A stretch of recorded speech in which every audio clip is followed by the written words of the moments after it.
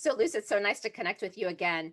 Now, so we're here to talk about urinary incontinence, and you really suffered from such a severe case. I mean, reading your book, PMSL, was incredibly moving, and you did such a great job in walking the readers through the incredible challenges you faced for such a long time. So tell us what happened. And I especially wanted you to react to a quote in your book. So I'm going to turn to the page now and kind of start from why you had stated this. So you said, it's on page 50 of the book, I cannot listen to any more standard advice that feels like it's for someone else. So there may be people out there who have urinary incontinence, who have shame, don't know what to do about it, don't think they can do anything. And it sounds like you really went through the ringer. So maybe you could start by helping us understand why you wrote that in the book and what you learned through your journey. Yeah, so I had incontinence post-childbirth, and I think I meant a couple of things by that. One is that I really genuinely felt that I had absorbed every useless bit of information about incontinence which surrounds all of us. And there are lots of things. There's shame about it. There's sort of laughing at the kid in the playground who's wet themselves. There's this idea that it's connected to old people or drunk people or sick people and that sort of thing. But even more pervasive for women, I think, is an idea that it's just sort of something they have to put up with, like, men condescending them and the gender pay gap. And it's just kind of also something that just happens as a result of having kids, or it just happens as a result of having menopause or a female body. So I had all that. And then when I had a baby and I started leaking, and people were sort of saying things a bit like, oh, I can't go for a run. And I was thinking, well, I can't go for a run, but I also can't walk up the stairs. But people keep telling me it's normal. Are all women really walking around unable to even pick up their baby without leaking? Is this just me making a fuss about something everybody has, or is it worse for me? So I couldn't contextualize what had happened to me at all. And when you get to a certain age, Facebook and everything, also people start advertising these products that often aren't really especially on the radar for younger people, or not without them just being seen as silly or icky, like the sort of adult diapers and the adult pads. And when I saw those adverts, they usually featured a woman a bit older than me, looking really, really happy that she was wearing a pair of paper knickers and saying how great she felt. And I thought, I don't feel great when I put this on. I feel unsexy, and I wish I could go and exercise, and I think I'm putting on weight, and I hate it, and I'm worried about smelling, and I think people can hear me rustling if I wear too many pads and all that sort of stuff. So that's what I mean. I felt like even when there was information, it was either aimed at older women, but even when it was, I think maybe in an attempt to make people not feel bad about themselves, it was kind of normalizing that incontinence is okay and sort of quite fun or a bit of a laugh and not much. And I was thinking, even those funny jokes people tell, like, it's not really that funny, is it, to wet yourself on the doorstep, or to get onto a trampoline and wet yourself at a kid's party? That's not actually that much of a laugh. And when I was living those jokes, they weren't funny. It wasn't funny to wet myself in the supermarket. It wasn't funny when I laughed in front of my parents-in-law and wet myself. And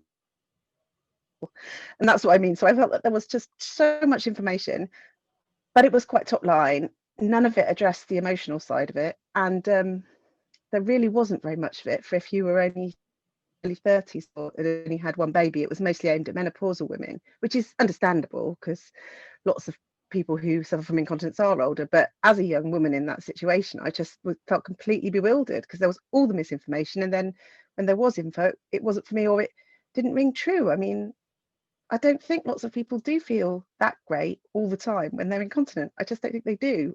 Not always, anyway. Right. And I like how you're speaking about it, because I want to give you kudos for the self-awareness you had about that experience, because in doing this podcast, a lot of what I hear is how women feel dismissed by their doctors. And what you're helping remind me of, and hopefully the listeners, is that sometimes it's even society or even ourselves, where, like, I remember when you talked about the happy woman in the diapers, I remember when I first had my son, and they had the picture of the mom giving their kid a bath, and their first bath, and the kid is smiling.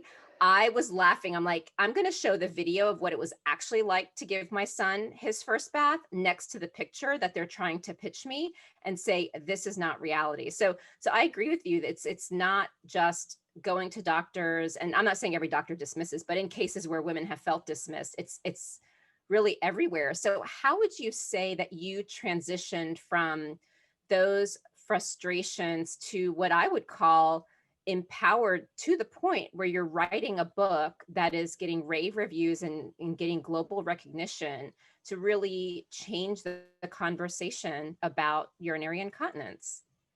Well, I think so. It wasn't a short journey. It took a few years. I had a second child, and I had quite a lot of treatment, and I had quite a lot of conservative treatment. And conservative treatment improved things a bit, but not that well for me. And I'm unusual in that it helps lots of people have doing Kegels and exercises and physiotherapy. And then I had a surgery as well, and quite a big surgery. And one thing that happened there that really sort of was one of the turning points was the doctor said to me, well, you've been sick for a long time. And I had never really thought of myself as unwell, just sort of trapped in this kind of weird, surreal nightmare where it was like a superhero inverted. I was like simultaneously this like career mum and had these little kids and everything's great and a nice marriage, and also just feeling really disgusting all the time. But when that operation didn't quite work either, certain things started to emerge. Like I started to research around it, and I found out that there's really strong links between incontinence and depression, and not many people had brought that up with me. So I'd spent about 7 years thinking that I wasn't coping with serious incontinence very well, and there must be all the other patients who are wetting themselves a lot or leaking are not at all depressed, and it was just me. And it wasn't, and I was quite furious about that. The patient information was very poor about making that link. And then I experienced some worse incontinence, which was bowel incontinence. And that really was kind of devastating. I ended up signed up off work because I was so sort of broken by it. But the links with that and depression are just enormous. And when I spoke to my family doctor about it, she said, oh, in 20 years, nobody's ever spoken about it to me, the emotional side. And I thought, well, then somebody needs to. And so I started sort of immersing myself weirdly in this world. I mean, I always think PMSL is I love this book. It was my dream book, but when I was 19, it wasn't the book I thought I would write when I went to university to study English. It wasn't what I thought was going to be my passion. But the more I found out, the more outraged I was, not just for my personal circumstances, but actually far more for everyone, really, because we don't live in a world that's very kind about like disgusting or embarrassing illnesses. And when you start to see the statistics, like around 1 in 3 women, 1 in 4, it varies a bit country to country, 1 in 10 or 11 women will suffer bowel leakage post childbirth. All these sorts of stats, they're enormous. If incontinent people got together, we'd be like the 3rd biggest country in the world. It's like we really should be kinder, right? Because it affects so many of us. And similar conditions that I also had, like prolapse, that's like nearly 50% of women. It's a lot of people. And it just felt so silly that because of a bit of embarrassment and social taboo, we weren't really helping people. So there was that. And then the other thing was, I noticed that when I talked about it, other women came and spoke to me too. And it's happened much more since the book with women and men. When I was in a piece in the New York Times a few weeks ago. I was really privileged to be in it. Yes, I saw that. Congratulations, by the way. That's awesome. Oh, thank you. And it was a lovely piece. But what was extraordinary was people were writing in, and there were lots of different viewpoints expressed, but we had letters from people saying, people who really were quite elderly in their 80s and 90s, people talking about having suffered from these injuries and birth incontinence for years and years and years, men talking about how they'd never been able to have a conversation with their wife about it. And I just thought, it would be really, really much nicer for so many people if we found a way, right, to get over all the things, the shame, the embarrassment, the mess that causes, because the more embarrassed people are, they don't donate to continence charities, people don't research it, So the book is like my personal story, and it's very personal and sometimes quite raw, but it's also a much bigger story about, I don't know, like you say, like empowerment or resilience and finding out more and what that means, and that there's a much bigger story here that we could all sort of learn from, I think, and learn how to be kind of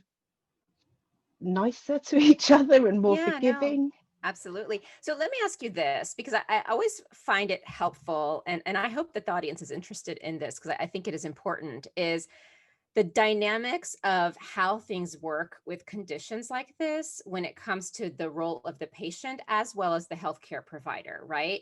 So, for example, like I've spoken to sexual health experts, and they'll tell me, like, we're not trained, generally speaking, unless we become a sexual health expert, we're not trained in medical school to talk about sex. So we're uncomfortable.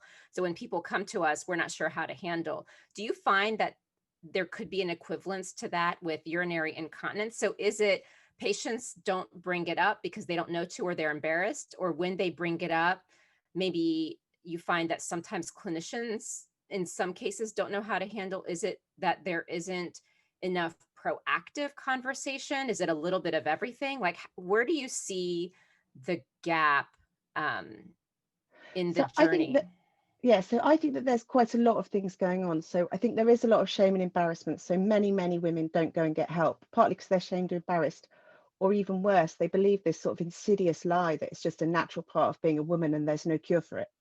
And Oh, actually, for geez. many women, there's a cure or a treatment, and we've known this for years and years and years, decades. And I'm not blaming anyone, by the way, that Of course, none if of us you, are. We have to be real yeah. about this, right? And I think that and it's easy for women who say do their Kegels and they don't work and they actually need a bigger intervention like a surgery or to use a device or something. Those women can feel very cowed and as if that they've made a mistake, they've not done it right. That's not true either. If you have any kind of issues, you just need to get them looked at.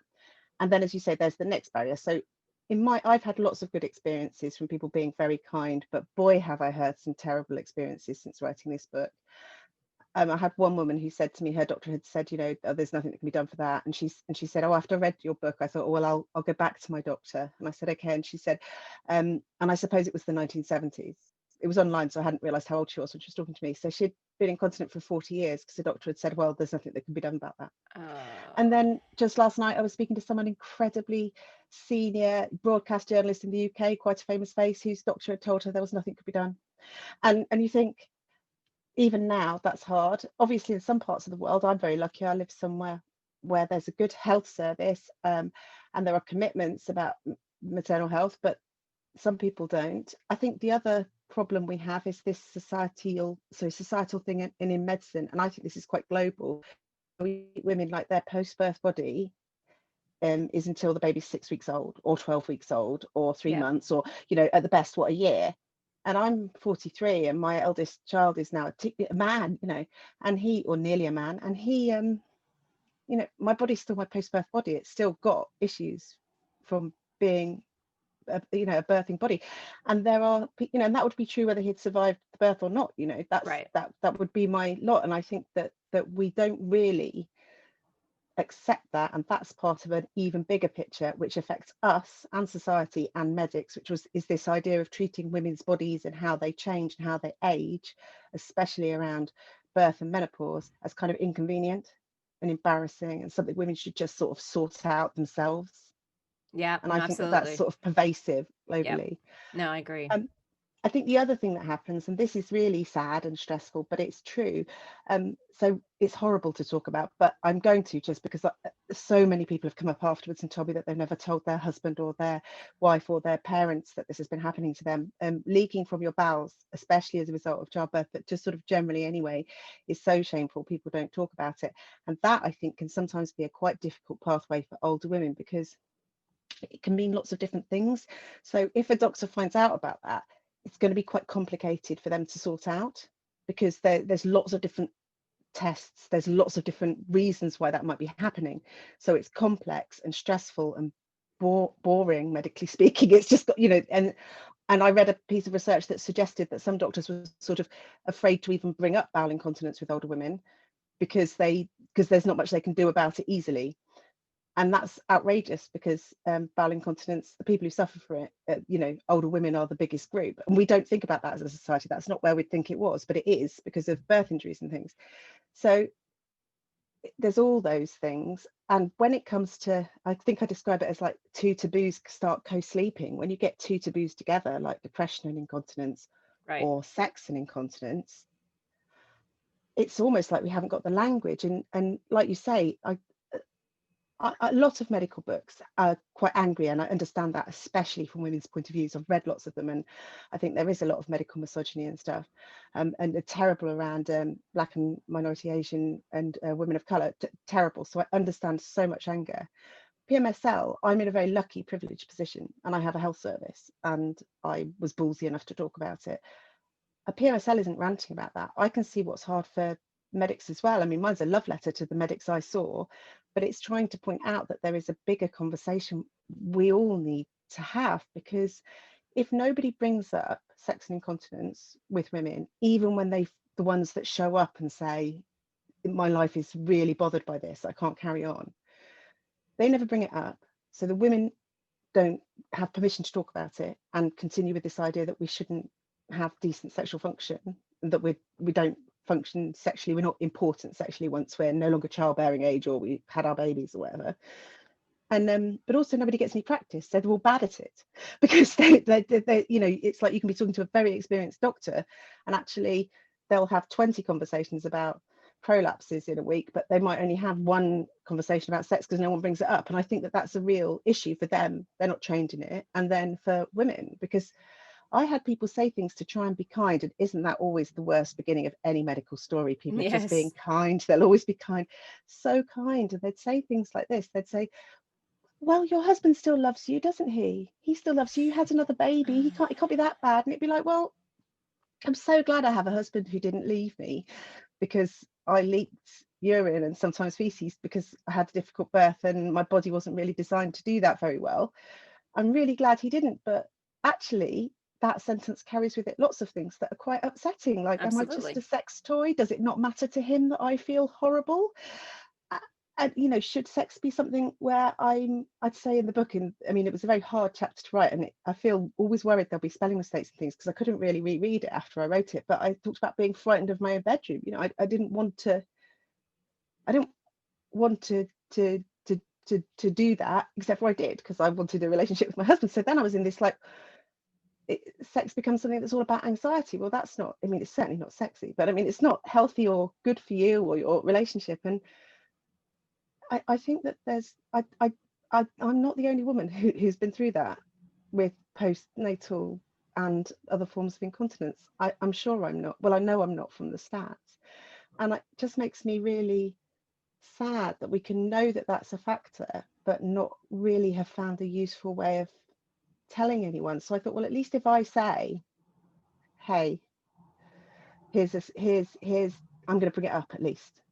So I've put it on the table. You don't have to do anything, but you know it's there. Yep. And maybe that will help one person to Absolutely. think I can go and get some help. I mean, I also wrote it for myself, of course, you know, for young me. It's sort of the book I wish I'd had because I felt very lonely.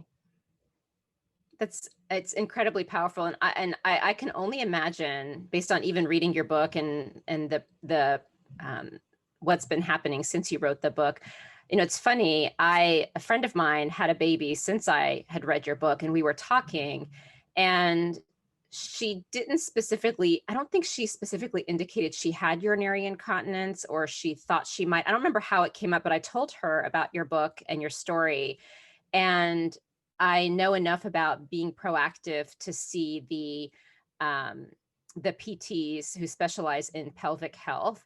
And I suggested it to her, and I warned her, you know, what will happen at that appointment. Like, it's not like your typical PT. They go inside of you and they massage, you know, your vaginal cave. And so just be prepared, but they do it gently. I've spoken to some of the experts, but you've got to get it taken care of. And she did, and she just had to do a few PT sessions, and now she knows how to do proper Kegels. But then the other thing I had learned is that certain people need Kegels, but it has to be the right Kegel exercises, because if you do the wrong ones, it can actually make things worse depending on whatever your situation is. So first, I just wanted to say that because I wanted to thank you because you helped my friend out. But more so, what I wanted to do is talk about some of the solutions and warning signs. So, you know, we've talked a lot about the dynamics in healthcare system and the shame, and I think you're doing a great job of explaining, you know, why it's important to bring this up with your doctor and, you know, and have that conversation. But what about what can be done just so people are aware? For example, like if you're proactive earlier on, Does it help with healing much faster? Is there a greater likelihood of healing? Like, again, I know that you're not a medical professional, but what I have found is when you're dealing with a chronic condition, you kind of almost become a doctor because you read so much about it. So I'd love to get your perspective as the patient who's really become quite an expert on the topic, what you would advise people who are struggling. So I would say if they're struggling, they should go straight away and get some help to find out. 'Cause as you say, I think that's the other thing I meant right at the beginning, and that quote's so evocative. I sort of forgotten I wrote it, but it's so true. Like I think a lot of the information is very bland as well. So yes, exercising your pelvic floor and having a good pelvic floor is important, but for quite a high percentage of women, their pelvic floor will be too tight. And so they can do Kegels, but that's not necessarily going to help. They need expert help with doing it right. Also, lots of women do their Kegels and they're either bearing down or they're not doing them right. So because they've never been taught very well, and because it was easy for me to be taught how to do a proper Kegel when I finally needed it, because somebody's fingers were in my vagina and she was telling me to, so she was literally saying, not that, do this. So I had like an intricate manual guide. But me before, when I was pregnant and trying to do it, that was just me reading these top line information in magazines and having a guess, like, what does it feel like if I don't do a wee or whatever it is. So yes, there's the Kegels, that's important. And if you start doing those and they're not working after 6 weeks and you've been doing them a couple of times a day, then definitely go to your doctor and ask, because there may be such a simple fix. For lots and lots of people, doing the right exercises will help. But if they don't, there are several surgeries, and there are lots of other interventions like using machines that will help with the exercises, that will give you biofeedback and tell you whether you're doing them right. There are machines that measure the strength of the Kegels you're doing. So there's lots of things on the market, but I would get seen first, because you don't want to waste hundreds and hundreds of dollars on something that's not going to help you. And then there's surgery as well. And there's pessaries, which are like sort of silicone things that you can put in that look like a sort of little ring, bigger than an Oreo, about that sort of big. So I'm putting my fingers up, about an inch or two across, and they'll go in almost like a diaphragm did in the older days, go in and hold up your walls. So there's quite a lot that could be done, and there's inventions all the time. There's also some medications for some forms of incontinence that really help. So there's all that. And I think also it's to remember that you do know your body. So if you're getting more lax and you're needing to go to the toilet more often, waking up at night and needing a wee, and feeling desperate when you wouldn't normally have done, that is a legitimate thing to go and ask about, because it may signal problems. You were asking about warning signs. If you're finding that, I don't know, this is also indelicate, isn't it? But we might as well, we've gone quite far. If your tampons are falling out, or they're coming out of funny shape, or they're feeling uncomfortable all the time, that might indicate something. And it may well not be anything that bad. It might just be something like a little bit of a prolapse or something like that. Or it might just be the sort of natural movement of your body as you're getting older, because we've sort of half accepted, though it's mostly in disgusting jokes, that women's breasts sag and are in a different place when they're younger, and that their faces sag, but we don't completely accept it because of all the ways we hide it. Right. But your vagina does as well, and so do your other bits. So if that starts to move, if you start to feel something weighing and feeling heavy, then go and get some help. Because if you have a prolapse and you do your pelvic floors or you use a pessary, you might delay having to have any surgery for 10, 15 years. And I think that in medicine now, if you can do your Kegels, or you get some help, whether it's before you've had kids because you've leak when you get drunk, or when you go for a run, or if you go out all night dancing and you find you wet yourself and things, if you get some help now, you may well be able to cure yourself, and you may well be stopping awful problems later on. Because the problem is, we don't educate girls about this when they're 9 or 10. We tell them a load of information about sex, but when they're sort of in their mid-teens, which is not necessarily the right time to have all these conversations for the rest of our 90 years alive. That's Right. not going to help. And so there are women who are in their teens and 20s now, maybe listening to this, who think, oh, I do sometimes feel a bit like I'm not in control of this, who may well do themselves enormous favors by getting a quick check out now and having a strong pelvic floor going forward. There are women who've had a baby and have no issues, who would still be very much helped by doing fairly regular exercises. There are women who've had a C-section who may have been misinformed that means that they're never going to suffer anything. And that seems to be a massive mythology sent to women. And I totally understand why they're feel quite miffed, but Right. pregnancy itself can affect your pelvic floor. So it doesn't necessarily mean you're not going to have any trouble. There were women who've had no kids, and my friend's a physiotherapist, and she was saying she really feels for those women sometimes, because they'll arrive in clinic and they feel like their blooming reward for this should have been that they weren't the ones with the mangled bits, and they still have ended up with incontinence and things, because when there are hormonal changes in your body and you hit menopause, for a lot of women that causes incontinence. So the That's summary true. is, get some help. There's lots of help, and at any stage in the way. You don't have to be someone who had a 3rd or 4th degree tear. You don't have to be someone who had birth injuries that people whispered about or pulled a face when you mentioned them. It can happen to lots of people. There's loads of good news. There's loads of good news. There's loads of things that can be done, and so you can almost certainly improve it or cure it, especially if you catch it early. The women who are in a terrible state are often women in their 80s or 70s, or even later, who never got any help and have been managing at home, and sometimes even doing things like using tampons to hold up prolapses, and they've just managed for decades and decades, and their problems are more complex then. Sometimes they'll have been doing things like not drinking any water so that they don't need a wee, so, and that can cause an irritate their bladder and things. So you can't I never want to blame women. You cannot blame women for managing. Heaven knows all of our to-do lists are just like, what, this year, I mean, mine just now stretches out to the street. But and we don't take care of ourselves.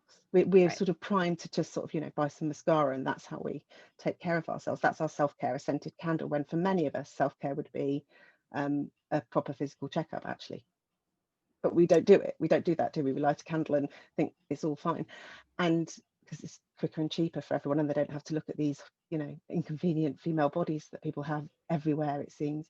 And so, yeah, get some help, that you probably can really help things for the future, because it's like an investment in your future self. Because remember, like, women in their 80s and 90s now, their mums were never going to live that old, or not very often. Yeah, Right. that was unusual. Women who are in their 20s now and their 30s, they've got such a high likelihood in richer countries to live to 100. They're going to have as much time postmenopausal or post-birth, if not more, than they had before. They deserve a comfortable vagina, an okay sex life if they want one, and to not be wetting themselves all the time. So a bit of investment now might mean that you avoid problems, or at least delay them. And the longer you delay them, the problems coming up, the more medical invention there'll be. Because there was No, nothing for my absolutely. grandma in the 20s or 30s, but there was stuff for me when I was 30 and when I got help. Right.